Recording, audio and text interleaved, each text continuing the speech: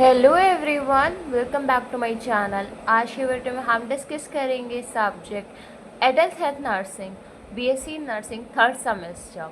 हम डिस्कस कर रहे हैं unit 4 respiratory system. Unit 4 respiratory system में हम लोग डिस्कस कर चुके हैं part 1 video, part 2 video, part 3 video. आज के वीडियो में हम डिस्कस करेंगे पार्ट 4 और आपका जितना भी टॉपिक रेस्ट ओवर था रेस्पिरेटरी सिस्टम का, उसको हम लोग कंप्लीट कर देंगे पार्ट 4 वीडियो में। रेस्पिरेटरी सिस्टम आपका एक इम्पॉर्टेंट चैप्टर है, आप इसको अच्छे से पढ़िएगा और वीडियो और नोट्स अवेलेबल हैं, आप उनको अच्छे से कवर अप करिएगा अपनी यूनिट को। So without wasting our time let us start our unit, that is respiratory system. आज के वीडियो में हम दो टॉपिक को डिस्कस करेंगे। सबसे पहले आपका है चेस्ट इंजरी, दूसरा आपका है पल्मोनरी एम्बोलिज्म। चेस्ट इंजरी क्या है? आपके नाम से पता चल रहा होगा, ऐसी इंजरी जो आपकी चेस्ट या फिर थोरैक्स रीजन पे है, बस यही इसकी डेफिनेशन है। It is the injuries to the chest और थोरैक्स। अब इन सब के कॉजेज़ होते हैं, तो इन सब के आपके दो कॉजेज़ मिलेंगे, मतलब डिफरेंट टाइप्स में दो कॉजेज़ को डिवाइडेड में मिलेंगे। सबसे पहले आपका है ब्लंट कॉज, फिर आपका है पेनिट्रेटिंग। तो ब्लंट कॉज में आपका आएगा जैसे कि आपका एक्सीडेंट हो गया व्हीकल से, फिर आपका पेडेस्ट्रियन एक्सीडेंट हो गया, आप गिर गए, फॉल हो गए, एजॉल्ट हो गया। एजॉल्ट का मतलब क्या होता है? इंटेंशनली हर्ट करना। अगर आप किसी को आप ब्लंट ऑब्जेक्ट से करोगे तब उसको इंजरी हो रही है। फिर क्रच इंजरी। क्रच इंजरी क्या होती है? ये सबसे पहले आपको पता होना चाहिए क्रचेस क्या होते हैं। जो पेशेंट सही से वॉक नहीं कर पाते हैं वो क्रचेस का यूज़ करते हैं। फिर आपका आएगा एक्सप्लोजन, कोई भी एक्सप्लोजन की वजह से आपको चेस्ट इंजरी हो सकती है। फिर आपका है पेनिट्रेटिंग। पेनिट्रेटिंग में आप क्या आएंगे? Knife, gun shot, stick, arrow and other Mrs. तो इन सब की वजह से आप कह सकते हैं आपको चेस्ट इंजरी हो सकती है। चेस्ट इंजरी आपके 5 टाइप्स की होती है। तो ये चेस्ट इंजरी कभी भी आपके एग्ज़ाम में आए तो आपको ये पांचों को अच्छे से मतलब डिफ़ाइन करना है। पहले टॉपिक्स मेंशन करना है, फिर पांचों को बताना है। तो ये 5 हैं क्या? चेस्ट इंजरी में सबसे पहले आपका आता है नीमोथोरैक्स, फिर आपका आता है हीमोथोरैक्स, फिर आपका आता है फीलेल चेस्ट, फिर आपका आता है कार्डियक टेम्पोनेंट, फिर आपका आता है रिब फ्रैक्चर। सबसे पहले हम डिस्कस करते हैं नीमोथोरैक्स। नीमोथोरैक्स होता क्या है? अब सिंपल से आपको बता देते हो। थोरैसिक कैविटी में, नीमो मतलब एयर, एयर का एक्यूमुलेशन होना, उसको हम लोग कहते हैं नीमोथोरैक्स। अब इसकी डेफिनेशन क्या है? Pneumothorax is an accumulation of air in the pleural cavity that leads to partial और कंप्लीट लंग कोलैप्स। जब आपकी जो प्लूरल कैविटी होती है लंग्स में, उसमें एक्यूमुलेशन होगा किसका? एयर का। जब एयर के एक्यूमुलेशन की वजह से लंग्स कोलैप्स करता है। अब लंग्स कोलैप्स की भी दो कंडीशन है, एक आपकी पार्शियल है, एक आपकी क्या है? कंप्लीट है। पार्शियल में आपको पता है कि थोड़ा सा कोलैप्स करेगा, कोई लोब कर सकता है जो लंग में प्रेजेंट होते हैं, डायग्राम हम लोगों ने डिस्कस करा था। कंप्लीट में क्या पूरा लंग्स ही आपका कोलैप्स कर सकता है, इसको हम लोग कहते हैं नीमोथोरैक्स। नीमोथोरैक्स में जब आपका एयर जो आपका प्लूरा के बीच में प्रेजेंट होता है, अब प्लूरा आपका आउटर प्लूरा होता है, इनर प्लूरा होता है, उसी को हम लोग कहते हैं पेराइटल और विसरल। जब उसके इनसाइड में आपका एयर होता है वो इंक्रीज़ करता है टेंशन को प्लूरल कैविटी में, यही कॉज करता है कोलैप्स में। अब बहुत सारे स्टूडेंट पूछ रहे होंगे कि एयर की वजह से कोलैप्स कैसे हो गया? तो वो इंक्रीज़ करता है टेंशन प्लूरल कैविटी में, वो कॉज करता है कोलैप्स। जो एयर होता है उससे टेंशन इंक्रीज़ हो जाता है। अब हम बात करते हैं जो एयर ट्रैप्ड होता है इंट्रा प्लूरल स्पेस में, ये आपका डिग्री बताता है लंग कोलैप्स में। अब हम लोग एग्जामिनेशन करेंगे तो हम लोग एयर को एग्जामिन कर ले तो हम लोगों को पता चल जाएगा कि कितना डिग्री आपका लंग कोलैप्स कर सकता है। फिर आपका है क्लासिफिकेशन। क्लासिफिकेशन की अगर मैं बात करूँ तो आपके दो टाइप्स में डिवाइड होता है नीमोथोरैक्स। तो सबसे पहले आपका है स्पॉन्टेनियस, फिर आपका है ट्रॉमेटिक। तो स्पॉन्टेनियस में भी आपके दो आते हैं, प्राइमरी सेकेंडरी, और ट्रॉमेटिक में आपके आते हैं दो प्राइमरी सेकेंडरी। ये क्लासिफिकेशन सिंपली स्पॉन्टेनियस और ट्रॉमेटिक में डिवाइडेड है। बट अदर टाइप्स के टेंशन आ जाते हैं कभी कभी कि टेंशन में आपका क्या टाइप्स आ रहा है, तो अदर टाइप्स में आपका अगर आएगा तो आप टेंशन नीमोथोरैक्स बताओगे। अब मेनली क्लासिफिकेशन आपके दो ही वर्क करेंगे, एक स्पॉन्टेनियस, एक ट्रॉमेटिक। लेकिन अगर कभी अदर टाइप्स पूछ लिया या फिर एग्जामिनर ने वाइवा टाइम पे पूछ लिया कि टेंशन निमोथोरैक्स क्या होता है, तो उसके लिए आपको पता होना चाहिए कि टेंशन निमोथोरैक्स आपका निमोथोरैक्स का ही एक टाइप्स में आएगा। इसमें क्या होता है, जब आपके प्लूरल स्पेस में रैपिड एक्यूमुलेशन होता है एयर का, मतलब कि एक इमरजेंसी कंडीशन होती है और हम पर्सन को ट्रीट करते हैं सेव करने की लाइफ के लिए, तब कंडीशन हम लोग कहेंगे टेंशन निमोथोरैक्स। निमोथोरैक्स का मतलब वही है थोरैसिक कैविटी, जो आपकी प्लूरल कैविटी उसमें एयर का एक्यूमुलेशन होना। टेंशन की ज़रूरत तब होगी जब एक ये इमरजेंसी कंडीशन में होगा। इटियोलॉजी क्या है? Aetiology spontaneous pneumothorax. अब हम लोगों ने क्लासिफिकेशन में पढ़ा था ना स्पॉन्टेनियस निमोथोरैक्स के प्राइमरी और सेकेंडरी। तो स्पॉन्टेनियस में आपके प्राइमरी में आएगा एपिकल बर्ड्स, फिर सेकेंडरी में आपका आएगा pulmonary tuberculosis, chronic bronchitis, emphysema, bronchial asthma, फिर आपका रहेगा सुपरेटिव निमोनिया, लंग एब्सेस, ब्रोंकिटिस, फिर आपका रहेगा ब्रोंकोजेनिक कार्सिनोमा, फिर आपका रहेगा सिस्टिक फिब्रोसिस। अगर मैं बताऊँ स्पॉन्टेनियस निमोथोरैक्स में प्राइमरी में तो आपका सिर्फ एक है एपिकल बल्ब, आप उसको लर्न कर लेंगे। सेकेंडरी में आप स्टार्टिंग में 3 से 4 लर्न कर लीजिए, उतना आपके लिए इनफ है। फिर रेयर कॉजेज़ क्या हैं स्पॉन्टेनियस के? तो आपके रेयर कॉजेज़ में आपको कोई डिजीज़ कंडीशन हो सकती है, जैसे कि आपका क्रिप्टोजेनिक फाइब्रोजिंग एल्वियोलाइटिस हो सकता है, ऑक्यूपेशनल लंग एब्सेस हो सकता है, ग्रेनुलोमाटिस लंग एब्सेंस हो सकता है, रोमैटिक डिजीज़ हो सकती हैं, सिस्टमिक ल्यूपस एरिथमेटस हो सकता है। तो ये आपके थे स्पॉन्टेनियस निमोथोरैक्स के प्राइमरी सेकेंडरी रेयर कॉजेज़। अब हम बात करते हैं ट्रॉमेटिक कॉजेज़ की। तो ट्रॉमेटिक में भी आपका प्राइमरी और सेकेंडरी आता है। प्राइमरी में आप कह सकते हो नॉन इट्रोजेनिक और सेकेंडरी में आप कह सकते हो इट्रोजेनिक। नॉन इट्रोजेनिक की अगर मैं बात करूँ तो आपका आएगा चेस्ट इंजरी, बैरोट्रोमास। इट्रोजेनिक में आएगा thoracentesis, pleural biopsy and lung biopsy, trans bronchial biopsy. इसमें बहुत सारे मेंशन है, आप को जो इजी लगे आप लर्न कर लीजिएगा। अगर आपको एक सिंपल सी बात बताऊँ, एएचएन जो सब्जेक्ट है ना, वो सिंपली आपको अगर आपने थोड़ा सा पढ़ लिया फिर आप उसको थोड़े कोई अच्छे से एक्सप्लेन कर सकते हो। अगर आप एएचएन सब्जेक्ट में अच्छा स्कोर करना चाहते हो तो आपको चीज़ें क्लियर होनी चाहिए कि निमोथोरैक्स क्या होता है, उसकी क्लासिफिकेशन क्या होते हैं, उसकी एटियोलॉजी क्या है, उसकी पैथोफिजियोलॉजी क्या है, उसका मैनेजमेंट क्या है। मैं एक एग्जांपल बता रही हूँ जिससे आपको पता होना चाहिए। जब आप उस डिज़ीज़ के बारे में सब जानते हो ना, फॉर एग्जांपल मैनेजमेंट सब कुछ जानते हो, तब अगर आपके एग्ज़ाम में पूछ लिया गया कि उसकी पैथोफिजियोलॉजी बताओ तो आपको टेंशन नहीं होगी। अगर एग्ज़ाम में पूछना है सिर्फ उसका मैनेजमेंट बताओ, फिर आपको टेंशन नहीं होगी। इसीलिए कोई भी डिज़ीज़ आप करिएगा एएचएन में इम्पॉर्टेंट चैप्टर्स की तो उसको अच्छे से करिएगा। जैसे कि रेस्पिरेटरी सिस्टम आपको पता है सीओपीडी, अस्थमा, पल्मोनरी एम्बोलिज्म कितना इम्पॉर्टेंट है, कितना ज़्यादा इम्पॉर्टेंट है कि एग्ज़ाम में ज़्यादा से ज़्यादा चांसेस होते हैं उसके रिपीट होने के, तो इनके आप प्रैक्टिस करिएगा। साथ ही साथ इनके आप नर्सिंग मैनेजमेंट पे ज़्यादा फोकस करिएगा। अब हम डिस्कस करते हैं निमोथोरैक्स में कॉजेज बेस्ड ओपन और टाइप पे, क्लोज टाइप पे। अब हम बात करते हैं सबसे पहले ओपन की। तो ओपन में क्या होता है, आपके ऐसी इंजरी जो आपके ओपन चेस्ट पे वर्क करती है, लगती है, जैसे कि आपकी penetrating chest injury, central venous catheter insertion, chest surgery, transbronchial biopsy, thoracentesis, percutaneous lung biopsy. तो ये क्या है आपके, ये डायरेक्ट आपके ओपन टाइप इसलिए आ रहे हैं क्योंकि ये सारी चीज़ें आपकी डायरेक्ट चेस्ट को इंजरी देती है। अब आप पेनिट्रेट कर रहे थे नीडल को और चेस्ट में ज़्यादा अंदर पेनिट्रेट हो गई तो चेस्ट में इंजरी कर देगी। अब आप कैथेटर का इंसर्शन कर रहे थे और कैथेटर के इंसर्शन से आपने डायरेक्ट चेस्ट में इंजरी कर दी। आप चेस्ट की सर्जरी कर रहे थे, सर्जरी के वक्त आपने इंजरी कर दी। आप बायोप्सी कर रहे थे, बायोप्सी में भी आप नीडल से उसका निकालते हो ना, रिमूव करते हो ना टिश्यू, उसमें आपने इंजरी कर दी। थोरासेंटेसिस, जब आप प्लूरल फ्लूइड को रिमूव कर रहे थे तब आपने कोई इंजरी कर दी। परक्यूटेनियसली लंग बायोप्सी, जब आप परक्यूटेनियस लंग बायोप्सी कर रहे थे, लंग का फिर से रिमूव कर रहे थे थोड़ा सा टिश्यू जिससे आप स्टडी कर सको, तब आपने उसको डायरेक्ट इंजरी कर दी। ये भी आपके क्या है, कॉजेज़ हैं जो आपके ओपन और क्लोज्ड में आते हैं।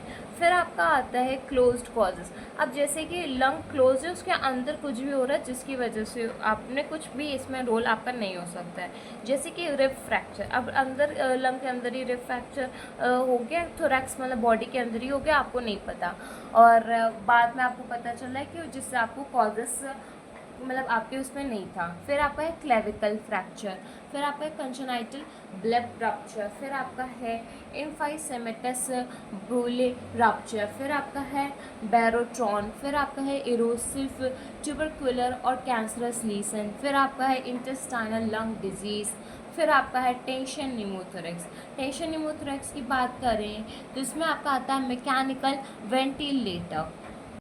अब हम डिस्कस करते हैं पैथोफिजियोलॉजी।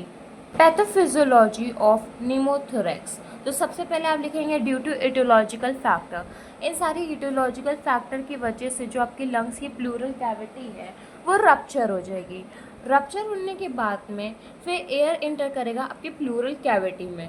अब एयर इंटर होगा प्लूरल कैविटी में, एक्यूमुलेशन होगा एयर का, उसी को हम लोग कहते हैं न्यूमोथोरैक्स।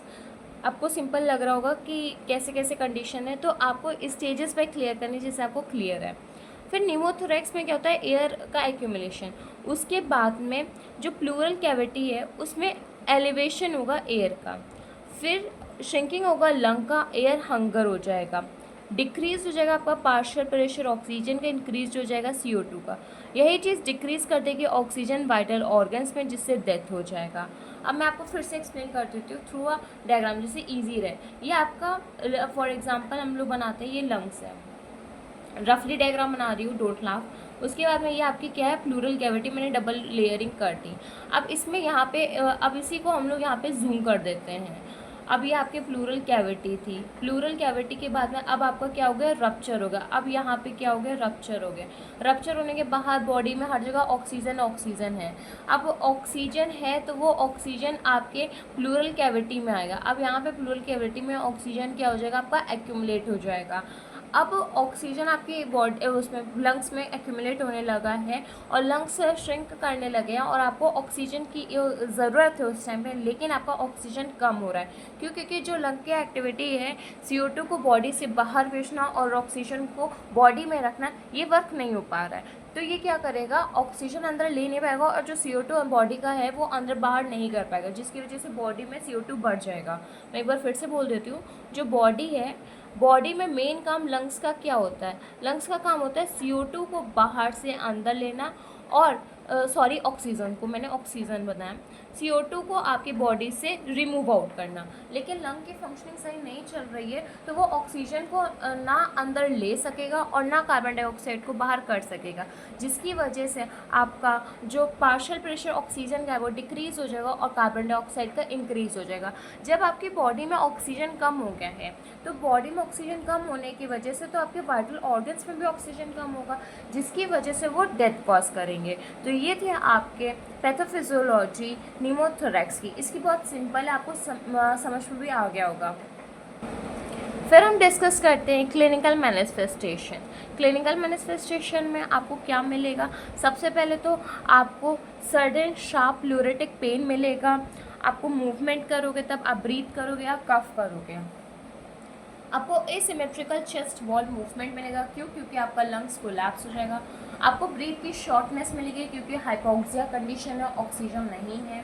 साइनोसिस होगा, साइनोसिस मतलब कि ब्लूइश डिस्कलरेशन होगा बॉडी में, क्योंकि हाइपोक्सिया है, ऑक्सीजन नहीं है, तो ब्लूइश डिस्कलरेशन आपकी बॉडी में मिलेगा आपको। रेस्पिरेटरी डिस्ट्रेस मिलेगा क्योंकि रेस्पिरेटरी में जो उसका मेन वर्क है ऑक्सीजन को बॉडी में लेना, वो फुलफिल नहीं हो पा रहा है। फिर आपका डिक्रीज करेगा वोकल फिर्मेंटाइटिस, जो आपका रिलेट करता है कोलैप्स के लंग्स से। आपकी ब्रीथ साउंड एब्सेंट हो जाएगी क्योंकि आपका लंग्स कोलैप्स कर रहा है। चेस्ट में रिजिडिटी होगी क्योंकि अफेक्टेड साइड है। ट्रैकीकार्डिया होगा, हाइपोक्सिया है। आपको ब्रीथ करने पे या फिर पाल्पेट करने पे क्रैकल साउंड भी मिलेगा। ये आपके क्लिनिकल मैनिफेस्टेशन है। टेंशन न्यूमोथोरैक्स के आपके सीवियर सिम्टम्स आते हैं, जैसे कि आपका कार्डियक आउटपुट डिक्रीज हो जाना, हाइपोटेंशन होना, ट्रैकीकार्डिया वो भी कंपनसेंट्री, फिर ट्रैकीकार्डिया आपका हाइपोक्सिया से, एयर हंगर बन जाता है आपका, लंग कोलैप्स कर जाता है। ये आपके हैं टेंशन निमोथोरैक्स के। फिर हम डिस्कस करते हैं डायग्नोस्टिक इवोल्यूशन। डायग्नोस्टिक इवोल्यूशन में आपका आएगा chest x-ray, ABG, pulse oximetry, ECG, CT scan, MRI. इन सबको हम लोग डिटेल में कितनी बार डिस्कस कर चुके हैं, इसलिए मैंने सिर्फ इनका नाम लिया। अगर आपको डिटेल करना है तो आप पार्ट 1 वीडियो देखिए, जिसमें हम लोगों ने हर एक टेस्ट को अच्छे से डिस्कस करा है। फिर आप मैनेजमेंट में क्या करेंगे, आप बेड रेस्ट कराएंगे पेशेंट को, जिससे जो उसका ऑक्सीजन का नीड है वो डिक्रीज़ हो जाए। मॉनिटर करते रहेंगे वाइटल साइंस। अब मॉनिटर वाइटल साइंस आपको एवरी 2 आवर्स पे करना है। एडमिनिस्टर करोगे ऑक्सीजन थेरेपी पर्सन को, फिर एडमिनिस्टर करोगे उसको मेडिकेशन, फिर आप दोगे पेन की मेडिकेशन, जिससे आप मॉनिटर भी करते रहो रेस्पिरेशन, क्योंकि पेन मेडिकेशन मतलब जो एनाल्जेसिक होती है वो कभी कभी रेस्पिरेशन पे भी अफेक्ट करती हैं। फिर हम डिस्कस करते हैं सर्जिकल मैनेजमेंट। सर्जिकल मैनेजमेंट में आप टेस्ट ट्यूब प्लेसमेंट कर सकते हैं। अब ये क्या होता है, हम लोग एक ट्यूब होता है, जैसे कि यूरिनरी कैथेटर देखा होगा आपने, एक ट्यूब होता है जिसको हम लोग अटैच कर देते हैं और यूरिन आपका एक बैग में स्टोर करते हैं। सेम ऐसे ही होता है, एक ट्यूब होता है जो आप चेस्ट से कनेक्ट कर देते हो उसको, और उसके बैग में आप एयर को क्या करते हो, रिमूव करते हो।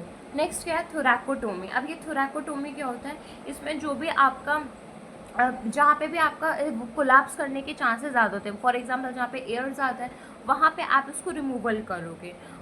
आप करोगे प्लूरोरेक्टोमी। प्लूरोरेक्टोमी आपका प्लूरल कैविटी पे वर्क करेगा। टेंशन निमोथोरैक्स में आप इमीडिएट ट्रीटमेंट करोगे, क्यों, क्योंकि ये एक इमरजेंसी कंडीशन में होता है। अगर आप ऐसा नहीं करोगे तो पर्सन की डेथ भी हो जाएगी। इसमें आप लार्ज बोर नीडल का इंसर्शन करोगे प्लूरल स्पेस में, जिससे आप रिमूव करोगे एयर को। नर्सिंग मैनेजमेंट क्या है, आप एलिवेट करोगे हेड को। आप कोई भी चेस्ट ट्रॉमा है उससे पहले एपिड्यूरल कैथेटर करोगे, जिससे मैनेज कर सको आप पेन को। निमोथोरैक्स ट्रॉमा या फिर उसकी वजह से तो आप प्रोटेक्ट करोगे पेशेंट को। फिर क्लाइंट अगर टेंशन निमोथोरैक्स है तो इसका इनिशिएशन ट्रीटमेंट करना होगा, क्योंकि एमरजेंसी कंडीशन डेवलप होती है आपके निमोथोरैक्स में। फिर आपका क्या है, लिस्ट ऑफ नर्सिंग डायग्नोसिस है। लिस्ट ऑफ नर्सिंग डायग्नोसिस आपकी 4 मेंशन है, आप same as it is mention कर सकते हैं। सबसे पहले ineffective breathing pattern related to abdominal और thoracic pain, impaired gas exchange related to alveolar hypotension, acute pain related to trauma, activity intolerance related to decreased oxygen supply to tissue। Complication क्या आपका निमोथोरैक्स में, आपका कार्डियक आउटपुट डिक्रीज हो जाएगा, hypoxaemia हो जाएगा, मतलब कि ब्लड में ऑक्सीजन की कमी हो जाएगी, कार्डियक अरेस्ट हो जाएगा, जिसमें कार्डियक की जो फंक्शनिंग है वो बंद हो जाएगी। नेक्स्ट आपका चेस्ट इंजरी आता है फेलियल चेस्ट। अब हम लोगों ने जो निमोथोरैक्स पढ़ा वो आपका एक इम्पॉर्टेंट है, एग्जाम में कभी कभी निमोथोरैक्स अलग से आ सकता है, लेकिन फेलियल चेस्ट आपका वेरी शॉर्ट में आएगा। इसके लिए इसको आपको डिटेल में करने की ज़रूरत नहीं है। मेन आपको ये पता होना चाहिए होता क्या, मेन डेफिनेशन, क्योंकि उसके बाद से आप खुद से ऐड ऑन कर सकते हैं। फेलियल चेस्ट होता क्या, ये आपका ब्लंट ट्रॉमा की वजह से होता है। अब ब्लंट ट्रॉमा भी हम लोग डिस्कस कर चुके हैं, आप उनको खुद से लिख सकते हैं। इसमें क्या होता है, जो आपके रिब्स होते हैं उनका फ्रैक्चर हो जाता है। 2 या 2 से अधिक रिब्स का फ्रैक्चर होना, उनको हम लोग कहते हैं फेलियल चेस्ट। अब रिब्स का फ्रैक्चर एक जगह पे भी हो सकता है, फॉर एग्जांपल लंग्स में एक जहाँ पे आपके रिब्स प्रेजेंट है वहीं हो सकते हैं, या फिर डिफरेंट रिब्स में भी फ्रैक्चर हो सकता है, उसको हम लोग कहते हैं फेलियल चेस्ट। इसके क्लिनिकल मैनिफेस्टेशन में आपको cyanosis, dyspnoea, hypercapnia, hypoxaemia, increase respiratory pain, paradoxical movement, क्योंकि इसमें फेलियर सेगमेंट होता है, तो ये सब मिलेंगे। डायग्नोस्टिक आपका वही रहेगा, मैनेजमेंट सेम आपका वही रहेगा। नेक्स्ट हम डिस्कस करते हैं थर्ड हमारे चेस्ट इंजरी, वो है आपका कार्डियक टेम्पोनेंट। कार्डियक टेम्पोनेंट की बात करते हैं, इसमें एक्यूमुलेशन होता है ब्लड का पेरिकार्डियल सैक में। अब आपके लंग्स में जो पेरिकार्डियल सैक है उसमें आपका एक्यूमुलेशन होगा एयर का, उसी को हम लोग कहते हैं कार्डियक टेम्पोनेंट। ये भी आपका ब्लंट और आपके पेनिट्रेटिंग इंजरी से होता है, तो आपको कॉजेज़ तो पता ही होंगे। फॉर एग्जांपल अभी हम लोगों ने निमोथोरैक्स बहुत अच्छे से पढ़ा, तो फेलियल चेस्ट में आप ब्लंट ट्रॉमा के कॉजेज़ लिख देंगे, और कार्डियक टेम्पोनेंट में आप ब्लंट के साथ में पेनिट्रेटिंग के भी लिखेंगे। नेक्स्ट आपका क्लिनिकल मैनिफेस्टेशन। क्लिनिकल मैनिफेस्टेशन की अगर मैं बात करूँ तो उसमें आपको बहुत सारे सिम्टम्स मिलेंगे, जैसे कि आपको वेरिड सिम्टम्स मिलेंगे, जैसे कि आपका कौन सा ब्लड, कैसे आपका ब्लड का एक्यूमुलेशन हो रहा है उसकी स्पीड के अकॉर्डिंग। आपको चेस्ट में पेन होगा, हाइपोटेंशन होगा क्योंकि आपका ब्लड लो हो जाएगा, ब्लड प्रेशर। फिर आपका मफ्ड हार्ट साउंड्स मिलेंगे आपको, और आपको ट्रैकीकार्डिया होगा, साइनोसिस होगा, डायपोरेसिस, डिसिप्निया, रेस्टलेसनेस, डिसेंटेड नेक वेन्स होंगी, और नैरो पल्स प्रेशर रहेगा, पैराडॉक्सियल पल्स रहेगी। और जब आपका टेम्पोनेंट डेवलप हो जाता है तब आपको एसाइटिस या फिर एडेमा भी मिलता है आपके आर्म्स में। एडेमा मतलब कि फ्लूइड का बिल्डअप हो जाता है आपके आर्म्स, लेग और लीवर इनलार्जमेंट हो जाता है। क्लिनिकल मैनिफेस्टेशन कुछ बहुत डिफ़िकल्ट दे रखे होते हैं, कभी कभी कन्फ्यूजन हो जाता है। आप इजी से रखिएगा जिससे आपको कभी एग्जाम में कन्फ्यूजन ना हो। डायग्नोस्टिक इवैल्यूएशन में आप मेन क्या करेंगे, इको कार्डियोग्राफी, यह आपको डायग्नोस करने में हेल्प करेगा कार्डियक टेम्पोनेंट। नेक्स्ट आपका चेस्ट इंजरी है रिब फ्रैक्चर। रिब फ्रैक्चर आपको नाम से पता चल रहा है, रिब का फ्रैक्चर हो जाना, ये आपका ब्लंट और पेनिट्रेटिंग इंजरी से होता है। इसमें आपके मल्टीपल रिब्स का फ्रैक्चर एक साथ होता है। क्लिनिकल मैनिफेस्टेशन आप कॉजेज तो आप खुद से लिख सकते हैं कि ब्लंट इंजरी के आप लिखते हैं और पेनिट्रेटिंग के लिखते हैं। क्लिनिकल मैनिफेस्टेशन क्या है, आपको पेन होगा, टेंडरनेस होगा, इनअफेक्टिव वेंटिलेशन होगा, और आपको अदर इंजरीज हो सकती है जैसे कि सॉफ्ट टिश्यू की इंजरी होगी, क्योंकि रिब्स का और रिब्स के आसपास भी उतना डैमेज हो जाता है। डायग्नोस्टिक इवैल्यूएशन में आप चेस्ट एक्सरे कराएंगे, एबीजी एनालिसिस कराएंगे। मैनेजमेंट क्या है, आप एनालिसिस करेंगे और वाइटल साइंस को मॉनिटर करेंगे, एपिड्यूरल कैथेटर को इंसर्शन करेंगे, नर्व को ब्लॉक करेंगे, इंटरकॉस्टल नर्व को जो आपके रिब्स के अबव और बिलो होती है, जिससे हम लोग रिड्यूस कर सकते हैं सीवियर पेन को। फिर आपके कुछ नर्सिंग मैनेजमेंट है। नर्सिंग मैनेजमेंट आपको कभी कभी होता है कि ज़्यादा मार्क्स में आ जाता है और हमें कोई टॉपिक नहीं होता है, तो हम लोग नर्सिंग मैनेजमेंट ऐड ऑन कर देते हैं। नेक्स्ट और लास्ट टॉपिक आपका चेस्ट इंजरी का है हीमोथोरैक्स। अभी नीमोथोरैक्स और हीमोथोरैक्स में डिफरेंस है, उसमें एयर का एक्यूमुलेशन हो रहा था, और हीमोथोरैक्स में आपका ब्लड का एक्यूमुलेशन होगा इंट्राप्यूरल स्पेस में, बस यही डिफरेंस है आपका। इसका कॉजेज़ क्या है, अब आपके ब्लड वेसल्स का डैमेज होना जिसकी वजह से ब्लड इंटर कर जाएगा आपका प्लूरल कैविटी में। कॉजेज़ क्या है ब्लड वेसल्स के डैमेज होने का, ब्लंट और penetrating chest trauma, thoracic surgery, कोई भी थोरैसिक सर्जरी कराई जिसकी वजह से हो सकता है, pulmonary infarction, neoplasm, dissecting thoracic aneurysm, anticoagulant therapy, thoracic endometriosis, central venous catheter insertion, ये सब आपके कॉजेज़ हैं ब्लड वेसल के डैमेज होने के। अब आपको क्लिनिकल फीचर्स या फिर क्लिनिकल मैनिफेस्टेशन क्या मिलेगा, तो आपको ट्रैकिपीनिया मिलेगा क्योंकि हाइपोक्सिया कंडीशन होगी, आपको डस्ट की स्किन कलर मिलेगा, साइनोसिस भी अकर होगा, आपको डायपोरेसिस होगा क्योंकि पेन हो रहा है, हीमोफाइटिसिस होगा मतलब कि स्पूटम में आपका ब्लड मिलेगा, एंजाइटी, रेस्टलेसनेस, ये सारे आपके क्लिनिकल फीचर्स हैं जो आपको मिलेंगे हीमोथोरैक्स कंडीशन में। नेक्स्ट डायग्नोस्टिक इवैल्यूएशन, तो डायग्नोस्टिक इवैल्यूएशन में सबसे पहले history collection, physical examination, ABG analysis, sputum analysis, और फिर आपका प्लूरल फ्लूइड का एनालिसिस, फिर हीमाटोक्रिट का analysis, chest X-ray, CT scan, thoracentesis, ये सारी चीज़ें आपके आ जाएंगी डायग्नोस्टिक इवैल्यूएशन में। मैनेजमेंट में आप क्या करोगे, आपका मैनेजमेंट ये आपका को रिलेट कर सकते हो हीमोथोरैक्स से, क्योंकि नीमोथोरैक्स में आपको क्या करना था, ब्लड को रिमूव करना था, और हीमो में आपको किसको करना होगा, एयर में। तो मैनेजमेंट में क्या होगा, आप चेस्ट ट्यूब इंसर्शन कर सकते हो, ऑटो ट्रांसफ्यूजन कर सकते हो जो ब्लड में कलेक्टेड पेशेंट में कलेक्टेड हुआ ब्लड।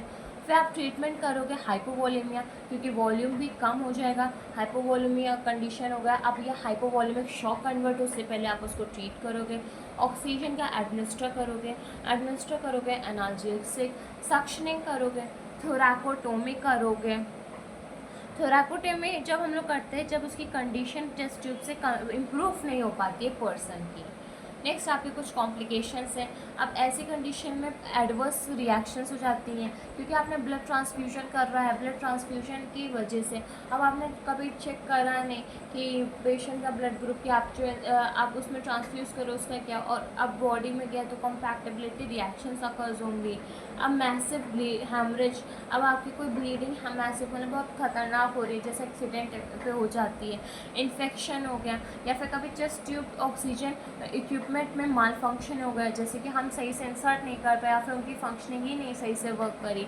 फिर आपके कुछ नर्सिंग इंटरवेंशंस हैं जिसमें आप ऑक्सीजन को एडमिनिस्टर करोगे पहले पॉइंट में, आप टेक्निक बताओगे जिससे वो कफिंग और डीप ब्रीथिंग एक्सरसाइज कर सकें, आप मेंटेन करोगे चेस्ट ट्यूब सिस्टम को, चेक करोगे उसके इंसर्शन को, साइड को, और इंडिकेट करोगे कि एयर लीकेज हो रहा है कि नहीं हो रहा है।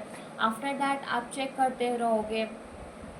फिर उसके बाद में आप चेस्ट एक्टिविटी को भी एक्सरसाइज के थ्रू से चेक करते रहोगे। तो यह आपके 3 नर्सिंग इंटरवेंशंस। आपका टॉपिक चेस्ट इंजरीज़ कंप्लीट हो गया। चेस्ट इंजरीज़ के अंदर आपके 5 सब टॉपिक्स आते हैं, वो भी हमने कंप्लीट कर दिए। इससे रिलेटेड आपका कोई भी डाउट हो आप कमेंट बॉक्स में मेंशन कर दीजिएगा। नेक्स्ट और लास्ट टॉपिक है रेस्पिरेटरी सिस्टम का, पल्मोनरी एम्बोलिज्म। तो एम्बोलिज्म होता क्या है? एम्बोलिज्म का मतलब होता है ब्लॉकेज। ब्लॉकेज किस में होना? पल्मोनरी आर्टरी में।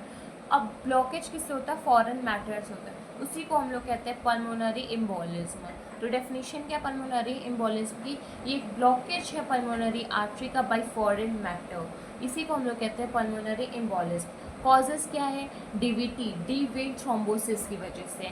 अब ज़्यादा देर तक मतलब पेशेंट जब पर्सनस खड़े रहते हैं, जैसे कि नर्सिंग ऑफिसर खड़े रहते हैं या फिर वार्ड में जो सिस्टर इंचार्ज होते हैं वो खड़े रहते हैं, उनके जो वेन्स होते हैं, जो लोअर लेग होती है, वहाँ पे थ्रोम्बोसिस आकर हो जाता है। ये थ्रोम्बोसिस आपका हार्ट अटैक जैसी चीज़ें भी कॉज कर सकता है। तो ये कॉजेज़ क्या? Deep vein thrombosis. थ्रोम्बोसिस जो आपका लोअर लेग में होता है, एक्सट्रीमिटीज़ में, वो आपका पल्मोनरी में आके कर सकता है।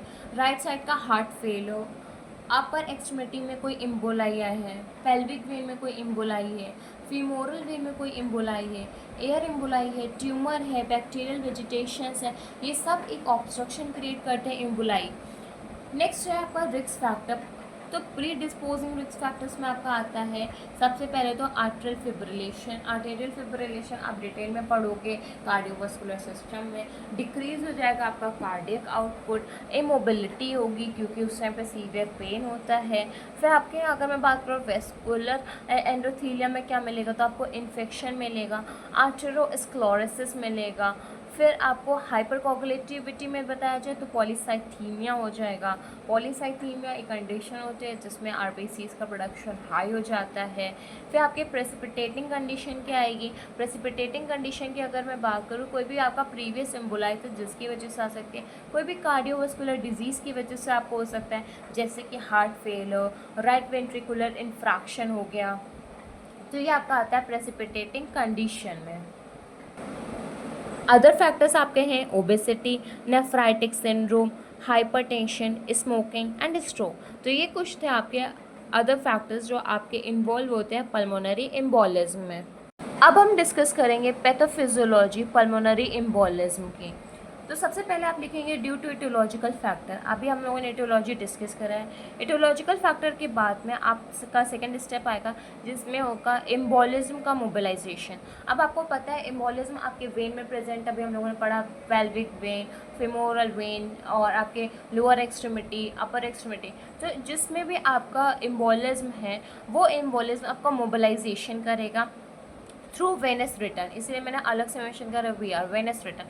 वेनस रिटर्न के थ्रू से वो इम्बोलिज्म आपका हार्ट में जाएगा, हार्ट के भी आपके राइट ऑट्रियम में, राइट ऑरिकल में आपका जाने के बाद में उससे वो आपका पल्मोनरी सर्कुलेशन में जाता है। आपको पता है आपका सिस्टमिक सर्कुलेशन बॉडी में होता है, पल्मोनरी सर्कुलेशन होता है। तो सिस्टमिक सर्कुलेशन में सबसे पहले वो हार्ट में गया, वो भी राइट ऑरिकल में, राइट एट्रियम में, उसके बाद में वो पल्मोनरी सर्कुलेशन में चला गया।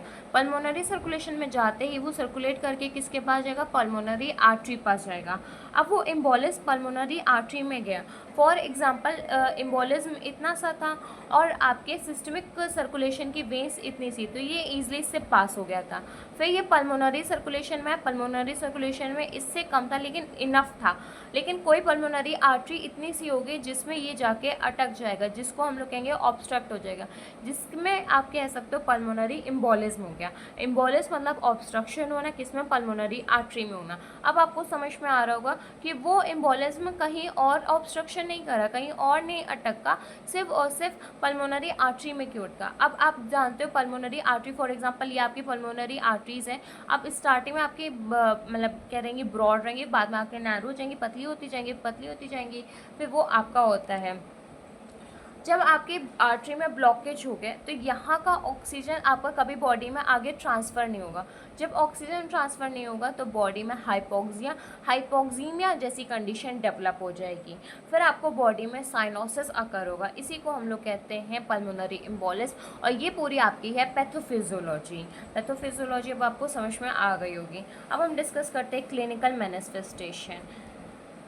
तो सबसे पहले क्लिनिकल मैनिफेस्टेशन की बात करूँ तो आपको डिस्पनिया मिलेगा, मतलब कि डिफ़िकल्टी होगी ब्रीदिंग में। 90% केसेस में आपको यही मिलता है। आपको प्लूराइटिक चेस्ट पेन होगा और आपको क्या होगा, हीमाटोफाइसिस होगा, मतलब कि आपके स्पूटम में ब्लड होगा। आपको सिनकोप होगा, मतलब कि आप अनकॉन्शियस, मतलब कि आपका जो कॉन्शियसनेस लेवल है वो लॉस करोगे। ट्रैकीकार्डिया होगा, आपका हार्ट रेट कम हो जाएगा। और आपका ट्रैकीपीनिया, आपका रेस्पिरेशन का भी रहेगा। फिर आपका रहेगा फीवर होगा, हाइपोक्सीमिया होगा, कफ होगा, क्रैकल साउंड्स आपको मिलेंगे, शॉक डेवलप हो जाएगा और कभी कभी आपको क्रशिंग चेस्ट भी फील होगा। तो ये थे आपके क्लिनिकल मैनिफेस्टेशन। क्लिनिकल मैनिफेस्टेशन के बाद में आपके कुछ फीचर्स आते हैं जो आपके एक पल्मोनरी एम्बोलिज्म के मैसिव होते हैं। जैसे कि कभी कभी एग्जामिनर पूछ लेता है, आप कंपार्टमेंट सिंड्रोम पूछ लेते हैं जो आप मस्कुलोस्केलेटल सिस्टम में पढ़ेंगे। और कभी कभी एग्जामिनर ऐसे डायरेक्ट पूछ लेते हैं कि आप मैसिव फीचर्स बताइए पल्मोनरी एम्बोलिज्म के। तो आपके ये पॉइंट्स हैं जो आपके आते हैं मैसिव पल्मोनरी एम्बोलिज्म में, जैसे कि सीवियर डिस्नोपिया और आपका dull central chest pain, elevated venous pressure, evidence रहेगा राइट साइडेड हार्ट फेलर का, हाइपोटेंशन होगा, शॉक डेवलप हो जाएगा। अब हम बात करते हैं डायग्नोस्टिक इवोल्यूशन की। तो आप हिस्ट्री कलेक्शन, फिजिकल एग्जामिनेशन करेंगे। फिर आपका डायग्नोस्टिक इवोल्यूशन में ही आपका एबीजी एनालिसिस आएगा। एबीजी एनालिसिस आपका आने के बाद में पल्मोनरी एंजियोग्राफी आएगी। बुक में अलग से मेंशन है लेकिन आप सेम उसी में रखिएगा, वरना आपको अलग से बहुत एक्सप्लेन करना होगा। डायग्नोस्टिक में आप लिखिएगा, सबसे पहले लिखिएगा history collection, physical examination, ABG analysis. फिर आप लिखिएगा डी डाइमर टेस्ट। अब ये डी डाइमर टेस्ट क्या होता है? डी डाइमर टेस्ट एक आपका ब्लड टेस्ट है। ये आपके प्रेजेंस को चेक करता है, प्रोटीन के फ्रेगमेंट को, उसी को हम लोग कहते हैं डी डाइमर। ये आपका तब प्रोड्यूस होता है जब बॉडी में क्लॉटिंग प्रेजेंट होती है, उसको डिसॉल्व करने के लिए। फिर आप एलडीएच टेस्ट कराओगे, फिब्रिन टेस्ट कराओगे, आप पल्मोनरी एंजियोग्राफी टेस्ट कराओगे, आप स्पाइरल चेस्ट सीटी स्कैन कराओगे। तो ये सारे आपके हैं डायग्नोस्टिक इवैल्यूएशन। डायग्नोस्टिक इवैल्यूएशन के बाद में आप नर्सिंग एग्जामिनेशन भी आपके बुक में बताया, इसलिए मैं आपको एक्सप्लेन कर दे रही हूँ। नर्सिंग एग्जामिनेशन में आप इंस्पेक्शन, पाल्पेशन, परकशन, ऑस्कल्टेशन करोगे। जब आप इंस्पेक्ट करने जाओगे तो आप असेस करोगे चेस्ट के एक्सपेंशन को, कि वो रिड्यूस हो रहा है कि अफेक्टेड साइड पे प्लूरेटिक पेन से या नहीं हो रहा है। तो इससे आपको क्लियर हो जाएगा कि प्लूरेटिक पेन है या नहीं है। फिर ऑब्जर्व करोगे साइंस को, एग्जामिन करोगे पेशेंट को, ऑब्जर्व करोगे स्किन को, एसेस करोगे उसके बिहेवियर को। पाल्पेट क्या करोगे? पाल्पेट करते ही आप चेस्ट एक्सपेंशन को देखोगे। आप इंक्रीज्ड देखोगे कि उसमें कोई लार्ज हैमरेज की वजह से पल्मोनरी इन्फ्राक्ट तो नहीं है। पल्मोनरी फ्रैक्शन देखोगे प्रीमाइटिस की वजह से। फिर आप परकशन करोगे जिसमें आप साउंड को देखोगे, जो रिजोनेंस को करोगे, डलनेस को देखोगे। ऑस्कल्टेशन में आपको क्रैकल साउंड्स मिलेंगे और आपको इंक्रीज्ड इंटेंसिटी मिलेगी पल्मोनिक सेकेंड साउंड की, जिसको हम लोग P2B कहते हैं। नेक्स्ट हम डिस्कस करते हैं पल्मोनरी एम्बोलिज्म में मेडिकल मैनेजमेंट। मेडिकल मैनेजमेंट में आप उसको एडमिनिस्टर करोगे हेपैरिन और वारफरिन। अब ये हेपैरिन और वारफरिन आपके एंटीकोगुलेंट ड्रग है। ये कोगुलेशन के मतलब जो एम्बोलिज्म है उसके अगेंस्ट में वर्क करेंगे। अगर थ्रोम्बोसिस हुआ है, ब्लड की वजह से क्लॉटिंग हुई है, तो वो हेपैरिन वारफरिन काम कर लेगा। हेपैरिन आप क्लॉटिंग को प्रिवेंट करने के लिए करते हो। हेपराइनाइजेशन आपका कंटिन्यू रहता है 5 डेज तक। वार्फरिन आपका साइमल्टेनियसली चलता रहता है। वार्फरिन आपका 3 to 6 मंथ चलता है। आप एडमिनिस्टर करोगे थ्रोम्बोलिटिक एजेंट, जिससे आप थ्रोम्बस को डील कर सकते हो। आप सर्जरी थ्रोम्बस को रिमूव भी कर सकते हो। आप सप्लीमेंट में ऑक्सीजन प्रोवाइड करोगे, क्योंकि ऑब्स्ट्रक्शन की वजह से ऑक्सीजन बॉडी में नहीं है। आप सर्जिकल में क्या करोगे, सर्जिकल एम्बोलेक्टोमी करोगे। सर्जिकली जो एम्बोलाई है उसको रिमूव करोगे। अब इसमें कॉम्प्लिकेशंस भी आ जाते हैं। कॉम्प्लिकेशंस क्या हैं, आपको टोटल ऑक्लूशन में भी फेटल होगा, पल्मोनरी इन्फ्रैक्शन होगा, रेस्पिरेटरी फेलियर होगा, जो आपका राइट साइड का हार्ट फेल है वो हो सकता है, लेकिन एक्यूट रहेगा आपका, और पल्मोनरी हाइपरटेंशन रहेगा। तो ये है आपके कॉम्प्लिकेशन। नेक्स्ट आपका है नर्सिंग मैनेजमेंट। नर्सिंग मैनेजमेंट क्या है, आप असिस्ट करोगे, मेंटेन करोगे एयरवे को, कंसीडर करोगे अर्जेंट, कोई रिफ़र की ज़रूरत तो नहीं है, इंटुबेशन की ज़रूरत नहीं है। आप ऑक्सीजन सेचुरेशन करते रहोगे, ऑक्सीजन का फ्लो देखते रहोगे, फिर आप उसको असिस्ट करोगे ब्रीदिंग से, ऑब्टेन करोगे उसके गैसेस को, जैसे कि पार्शियल प्रेशर ऑक्सीजन का, पार्शियल प्रेशर कार्बन डाइऑक्साइड का, फिर असिस्ट करोगे उसके रेस्पिरेटरी रेट को, फिर एग्जामिन करोगे रेस्पिरेटरी सिस्टम को, लिसन करोगे प्लूरेटिक रब को, फिर रिक्वेस्ट भी करते रहोगे कि वो चेस्ट एक्सरे नॉर्मल आए, लुक करोगे, उसको देखोगे। फिर ये सारी चीज़ें आपकी किस में आ जाती हैं, नर्सिंग मैनेजमेंट में आ जाती हैं। पल्मोनरी एम्बोलिज्म आपका कंप्लीट हो गया। मेनली आपका रेस्पिरेटरी सिस्टम कंप्लीट हो गया। रेस्पिरेटरी सिस्टम में हम लोगों ने डिस्कस कर रहा है 4 पार्ट्स वीडियो में, पार्ट 1, पार्ट 2, पार्ट 3, पार्ट 4। अब 4 पार्ट्स को वन शॉट करना बहुत मुश्किल था, क्योंकि ये बहुत ही बड़ी वीडियो, अगर हम लोग इसमें हर एक टॉपिक को नहीं डिस्कस करेंगे तो शायद वो 4 पार्ट में अगर हम लोग नहीं कवर अप कर सकते हैं। तो आप हर एक पार्ट को देखिएगा, अच्छे से नोट्स प्रिपेयर करिएगा। ईएमएस बुक पब्लिकेशन की बुक की पीडीएफ आपको टेलीग्राम चैनल पे मिल जाएगी। अगर आपका इससे रिलेटेड कोई भी डाउट हो तो प्लीज़ कमेंट बॉक्स में मेंशन कर दीजिएगा। अगर वीडियो अच्छी लगे तो प्लीज़ वीडियो को लाइक कर लीजिए, चैनल को सब्सक्राइब कर लीजिए। Thank you.